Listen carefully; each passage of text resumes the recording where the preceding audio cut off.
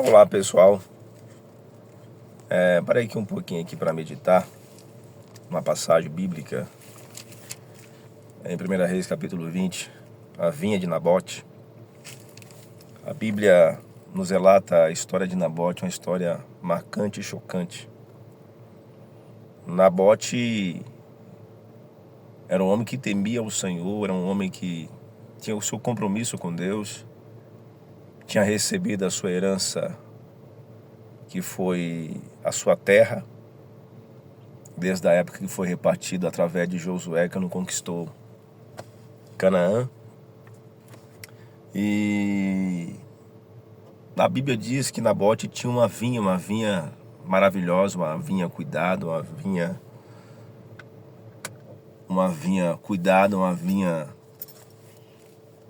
que enche os olhos de muita gente. E a Bíblia fala que Nabote tinha essa vinha do lado do palácio do rei Acabe.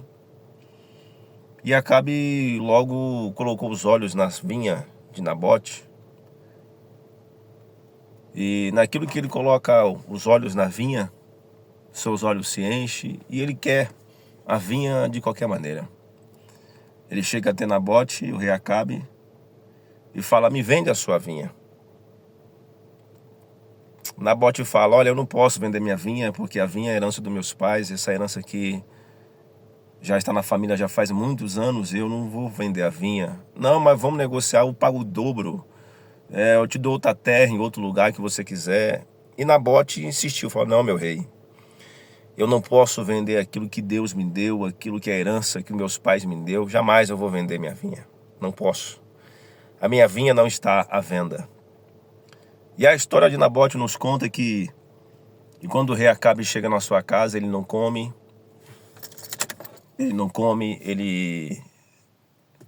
se entristece, porque simplesmente Nabote falou não para ele, porque não poderia vender a sua vinha, não queria vender a sua vinha. E a sua esposa Jezabel falou para ele: como você quer reinar, como você quer ser rei dessa forma que você não tem autoridade alguma? Espera aí que eu vou resolver o teu problema, eu vou dar a vinha de Nabote nas tuas mãos. A história vem a contar que ela pegou homens malignos, alguns homens, e chegou nesses homens e falou: olha, Nabote pecou contra o rei e pecou contra Deus. Então pega Nabote agora, manda Nabote pra praça, fez uma carta, pegou a família de Nabote, você conhece a história, e caluniou Nabote, falando que Nabote tinha pecado contra o rei, blasfemado contra o rei e contra Deus. E a história vem a contar que Nabote foi levado em praça pública.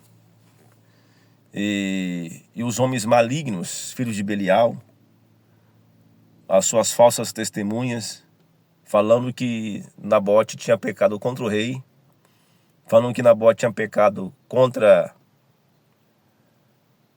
Deus, só para ficar com a herança. A Bíblia vem dizer que Nabote foi apedrejado e ele morreu, por não vender a sua vinha, por não fazer barganha daquilo que Deus já tinha dado para ele.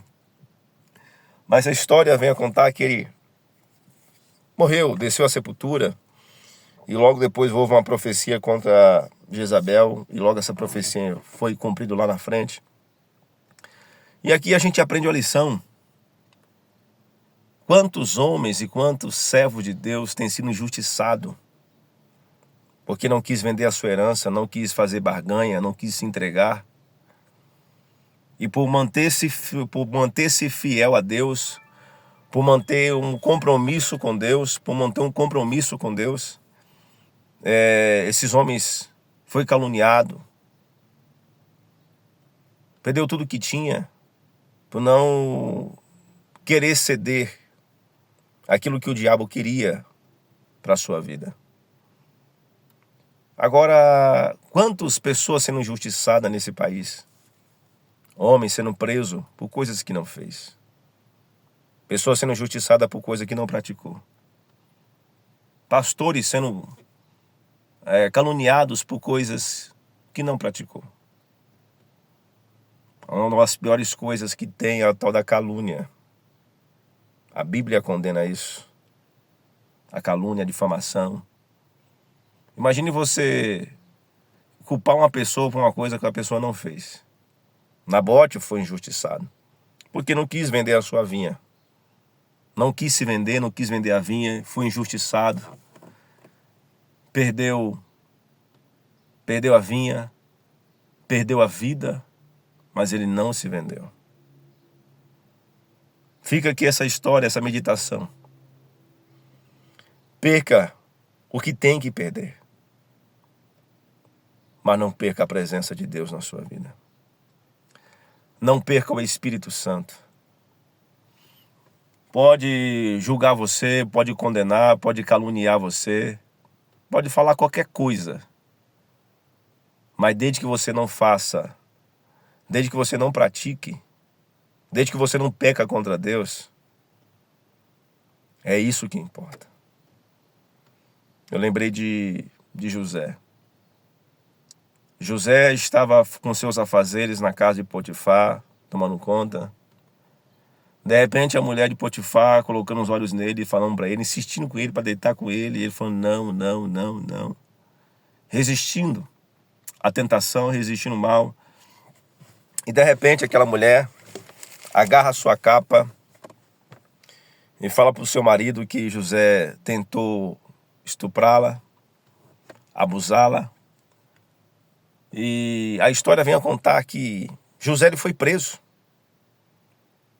Foi preso por uma coisa que ele não fez. Ele foi injustiçado por uma coisa que ele não praticou. Imagina a cabeça de José naquela prisão, as pessoas olhando para ele, os amigos disseram dizendo, olha, você é um safado, hein, José? Pegou a mulher de Potifar, hein? Você é um safado, hein, José? Você não vale nada, hein, José? Quem vê sua cara assim, acha que você é santo, mas você não é santo, não. Eu fico imaginando o psicológico de José, a situação de José naquele momento ali de condenação, de prisão, por uma coisa que ele não cometeu. Assim pode acontecer e tem acontecido na vida de muitas pessoas, que tem sido julgado por coisas que não fez, sendo julgado por coisas que não praticou. E mesmo assim continua mantendo a sua fé firmada em Deus. Eu já ouvi cada história cabulosa que se fica assim abismado. Eu ouvi a história de um certo pastor, uma certa feita, que esse pastor, ele estava pastoreando uma igreja, e nisso que ele pastoreava uma igreja, uma irmã se apaixonou por ele, pelo jeito dele, pelo jeito de ser, de conversar com as pessoas, um pastor amoroso. E esse pastor falou não para esta irmã.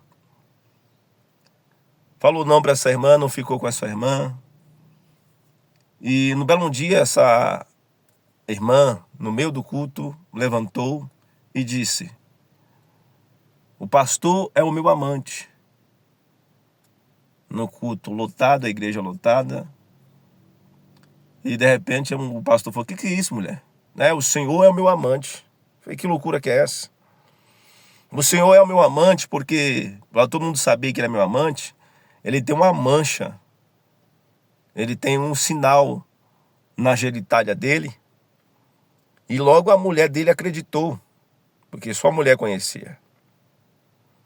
Houve um alvoroço, os membros saíram da igreja, ela separou do marido, mas ninguém sabia que ela trabalhava no hospital, e como ele tinha feito uma operação já fazia algum tempo, e naquilo que estava de recuperação, dormindo, dopado, ela ia lá e via ele, descobria ele e olhou para o corpo dele.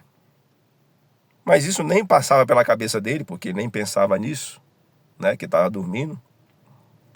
O tempo passa e essa mulher deu um câncer nela, e ela, antes de descer à sepultura, ela que chamou o pastor da igreja, o pastor presidente.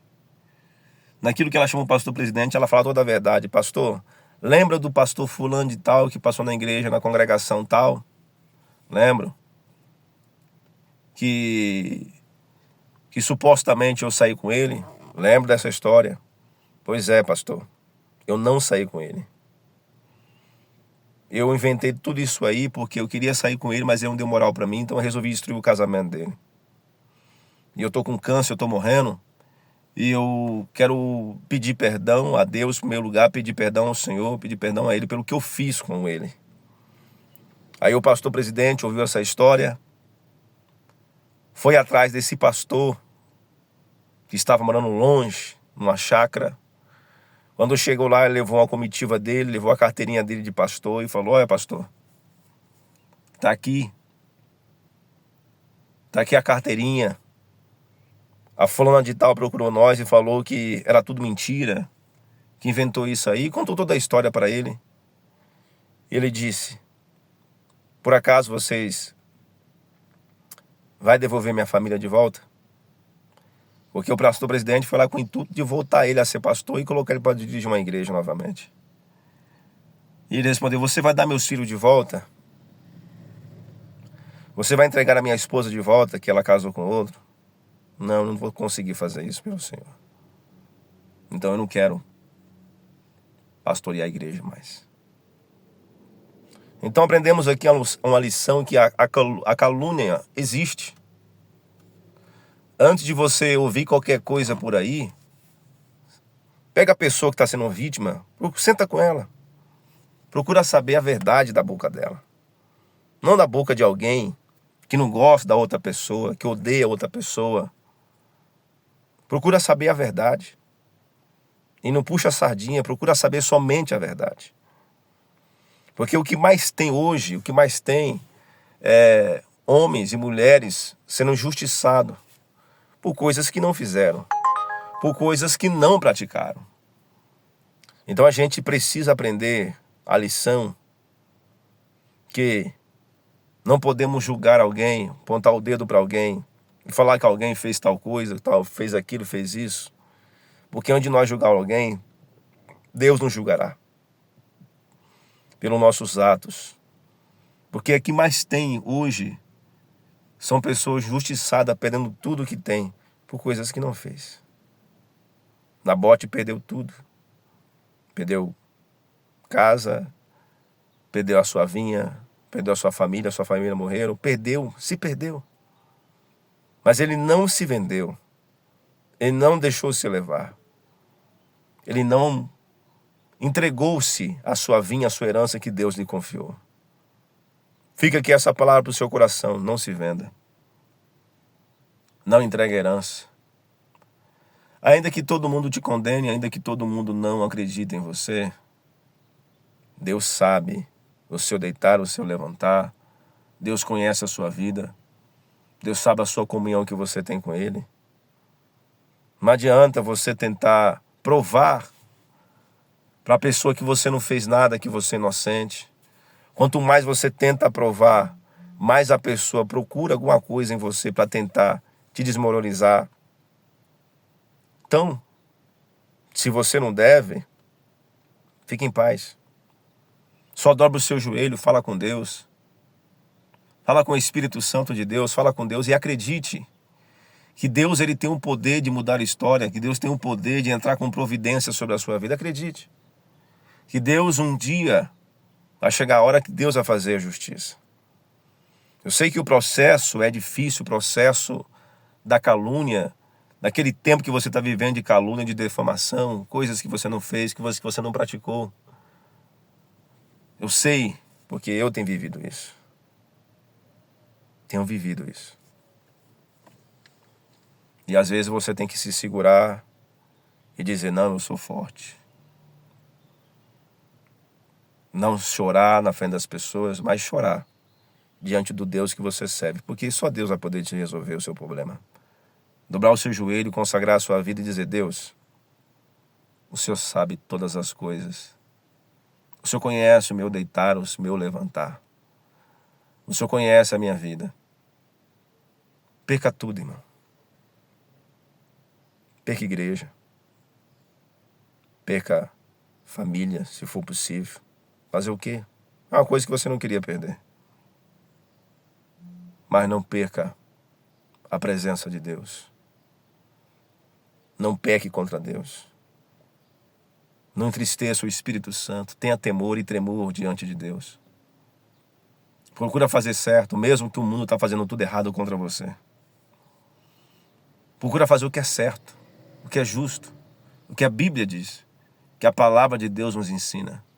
Procura andar com Deus, mesmo sendo injustiçado, mesmo sendo caluniado.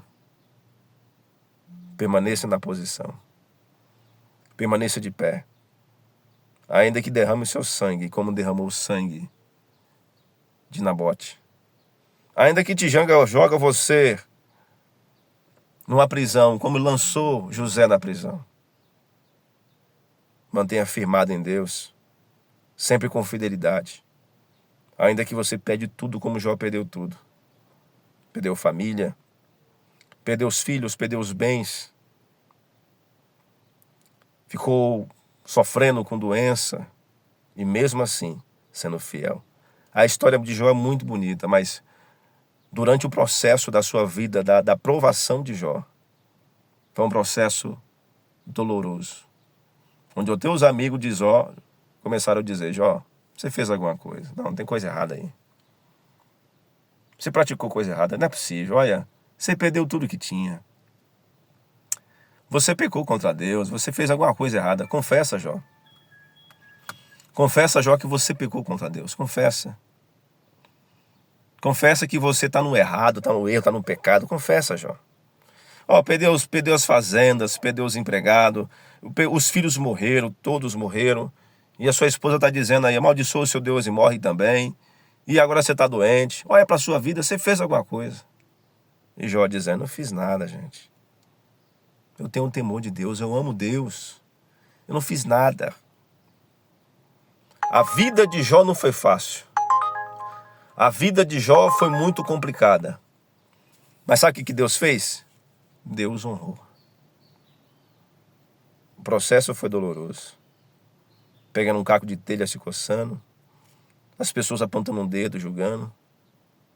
Até que chegou o dia de Deus mudar a história da vida de Jó. Até que chegou a hora de Deus falar: tô chegando, Jó. Tô chegando com provisão, com providência. Se afirma na presença de Deus. Não deixa que as calúnias faz você parar.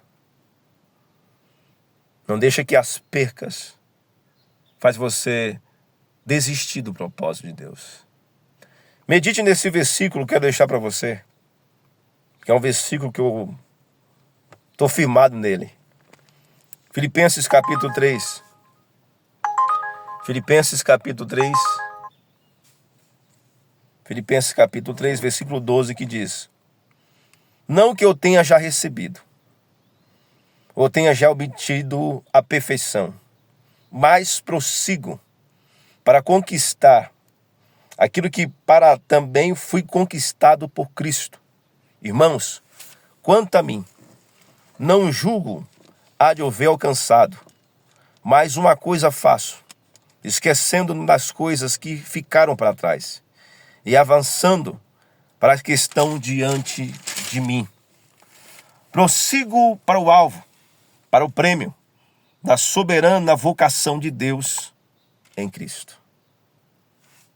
Prossiga para o alvo.